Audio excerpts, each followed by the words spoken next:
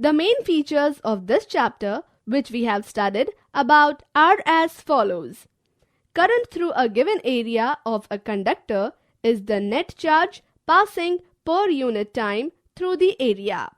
To maintain a steady current, we must have a closed circuit in which an external agency moves electric charge from lower to higher potential energy. The work done per unit charge by the source in taking the charge from lower to higher potential energy, that is, from one terminal of the source to the other, is called the electromotive force or EMF of the source.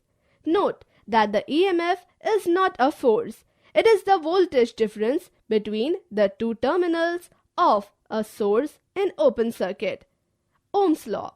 The electric current flowing through a substance is proportional to the voltage V across its ends. That is, and it can be written as V equals to Ri, where R is called the resistance of the substance. The unit of resistance is ohm. 1 ohm equals to 1 volt per ampere.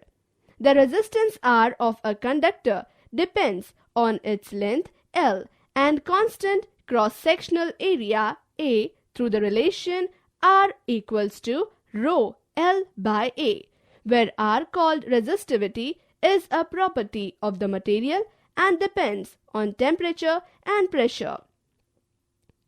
In most substances, the carriers of current are electrons. In some cases, for example, ionic crystal and electrolytic liquids, positive and negative ions carry the electric current. Current density J gives the amount of charge flowing per second per unit area, normal to the flow. J equals NQVD, where N is the number density of charge carriers, each of charge Q, and Vd is the drift velocity of the charge carriers. For electrons, Q equals minus E if J is normal to a cross-sectional area A and is constant over the area. The magnitude of the current I through the area is NEVD into A. In the temperature range in which resistivity increases linearly with temperature, the temperature coefficient of resistivity alpha is defined as the fractional increase in resistivity per unit increase in temperature. Ohm's law is obeyed by many substances, but it is not a fundamental law of nature. It fails if V depends on I non-linearly. The relation between V and I depends on the sign of V for the same absolute value of V. The relation between V and I is not unique. An example of A is when R increases with I even if temperature is kept fixed. A rectifier combines features A and B. GAAS shows the feature C.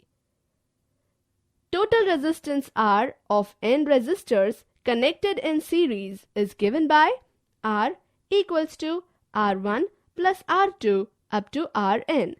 Total resistance R of n resistors connected in parallel is given by 1 by R equals to 1 by R1 plus 1 by R2 up to 1 by Rn. Kirchhoff's rule. Junction rule. At any junction of circuit elements, the sum of currents entering the junction must equal the sum of currents leaving it. Loop rule. The algebraic sum of changes in potential around any closed loop must be zero.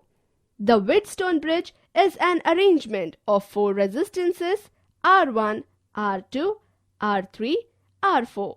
The null point condition is given by R2 by R1 equals to R4 by R3, using which the value of one resistance can be determined knowing the other three resistances. The potentiometer is a device to compare potential differences.